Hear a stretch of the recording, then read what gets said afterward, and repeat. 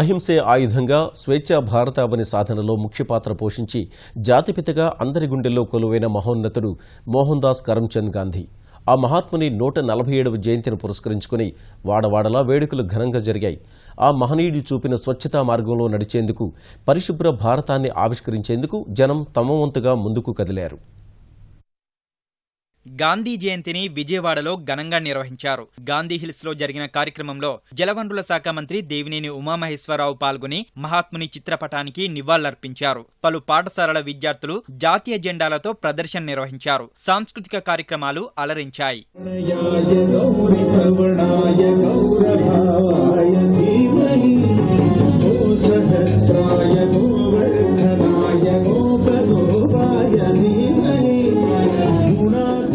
గుంటూరులో తెదేపా నేత డొక్కా మాణిక్య వరప్రసాద్ గాంధీ, అంబేద్కర్ విగ్రహాలకు నివాళులర్పించారు. యువత గాంధీ బాటలో నడవాలని పిలుపునిచ్చారు. గాంధీ జయంతి వేళ రామోజీ ఫౌండేషన్ దత్తత గ్రామమైన కృష్ణా జిల్లా పెదపారుపూడిలో స్వచ్ఛ భారత్ ర్యాలీ నిర్వహించారు. రోడ్లు శుభ్రం చేసి పరిసరాలు పరిశుభ్రంగా ఉంచాలని, మొక్కలు నాటాలని నినదించారు. మన ఇల్లే కాకుండా పరిసరాలను కూడా శుభ్రంగా ఉంచుకోవాలి. అన్నిటికన్నా ముందు మనం చెట్లను పెంచాలి. చెట్లను పెంచడం వల్ల మనకు పర్యావరణం బాగుంటుంది. చెట్లను పెంచడం వల్ల మనకు చాలా ఉపయోగాలు ఉన్నాయి. మనకి ఆరోగ్యకరంగా ఎంతగానో ఉపయోగపడతాయి. కాబట్టి అందరూ చెట్లను పెంచండి. So the seeds save the world. Pedaparupudi గ్రామంలో రామోజీ ఫౌండేషన్ ద్వారా అనేక రకాలుగా మరుగుదొడ్డలు నిర్మించడం, చెట్లను నాటడం, అలాగే చుట్టుపక్కల పరిసరాల్లో ఉన్నటువంటి అన్నింటినీ కూడా శుభ్రపరచడం, ఇవన్నీ కూడా చాలా చక్కగా నిర్వహిస్తున్నారు. స్వచ్ఛ భారత్ అమలుపరచడంలో పెదపారుపూడి గ్రామస్తులు, విద్యార్థులు అందరూ కలిసి వచ్చినందుకు వాళ్ళ కృతజ్ఞత తెలియజేస్తున్నాను.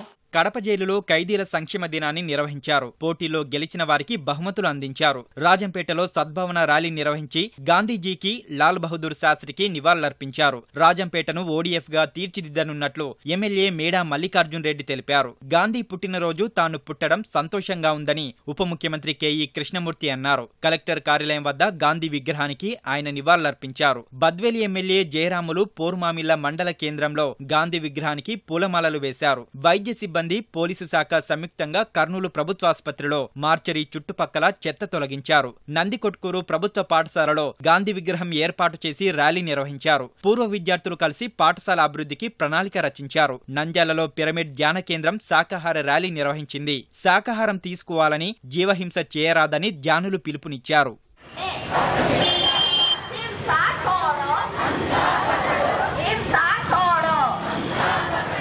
ప్రకాశం జిల్లా వ్యాప్తంగా గాంధీ జయంతిని ఘనంగా నిర్వహించారు. ఒంగోలులో గాంధీ జయంతి వేడుకల్లో మంత్రి సిద్ధా పాల్గొని మహాత్మునికి అంజలి ఘటించారు. నెల్లూరులోని గాంధీ బొమ్మ సెంటర్లో మహాత్ముడి విగ్రహానికి అధికారులు, ప్రజాప్రతినిధులు పూలమాలలు వేసి నివాళులర్పించారు. నెల్లూరు కార్పొరేషన్ తో పాటు 6 మున్సిపాలిటీలను, 240 గ్రామాలను కలెక్టర్ ఓడీఎఫ్ గా ప్రకటించారు. తణుకులో ఎమ్మెల్యే ఆర్మిల్లి రాధాకృష్ణ గాంధీ విగ్రహానికి నివాళులర్పించారు. తణుకును బహిరంగ మలమూత్ర విసర్జన రహిత పట్టణంగా ప్రకటించారు. నియోజకవర్గంలో 15 గ్రామాలు ఇప్పటికే ఈ ఘనత సాధించినట్లు తెలిపారు. పాలకొల్లులో ఎమ్మెల్యే నిమ్మల రామనాయుడు స్వచ్ఛ భారత్ కార్యక్రమంలో పాల్గొన్నారు. పాలకొల్లు చేపల మార్కెట్తో పాటు పరిసరాలను చీపురు పట్టి శుభ్రం చేశారు.